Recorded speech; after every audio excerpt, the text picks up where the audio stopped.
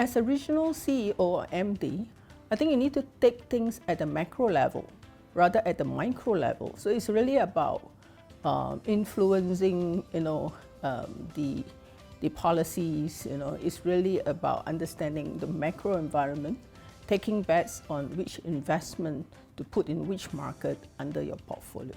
As a CEO, it's all about strategy and people. It's about creating a compelling strategy for your people to follow and getting fantastic people to work with you to execute that strategy. I think the additional thing I've found out being a regional leader is communication is important in both parts of those strategy and people aspects of the role. So strategy to your team regionally, but also to your head office to really communicate that clearly and what you're trying to do. In a regional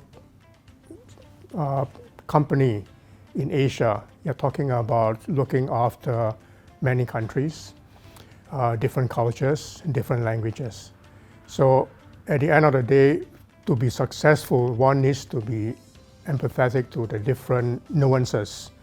Right? So for example, your employee in one country could be doing a different thing, but you think that it is not a cookie-cutter approach. As a regional MD or CEO, I think the job is actually quite different from being a country general manager. So first of all, I think there's a lot that this person has to do through soft influence, less directing. It's not about telling people what to do, but it's about managing the country GMs and how do you influence what they do through in a softer way, right? And secondly, I would say that it would be about managing upwards too, your stakeholder management, and how do you become that bridge of the region to the center, which is the HQ. One cannot assume that a yes means a yes. I mean, this is very traditional. That the Japanese will say yes and hi, but they may have some certain reservations. So these are the kind of things which a regional leader needs to understand to be effective.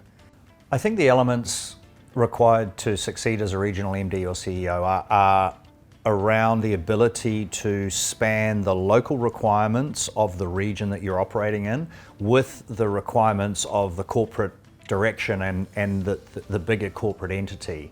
And if we look at something like Asia Pacific, for example, we have very, very different characteristics operating here than and expectations in terms of the way business is done, for example, than what we might have in headquarters in Europe, in my case. And last but not least, it's really about developing and managing the bench strength of the team, right?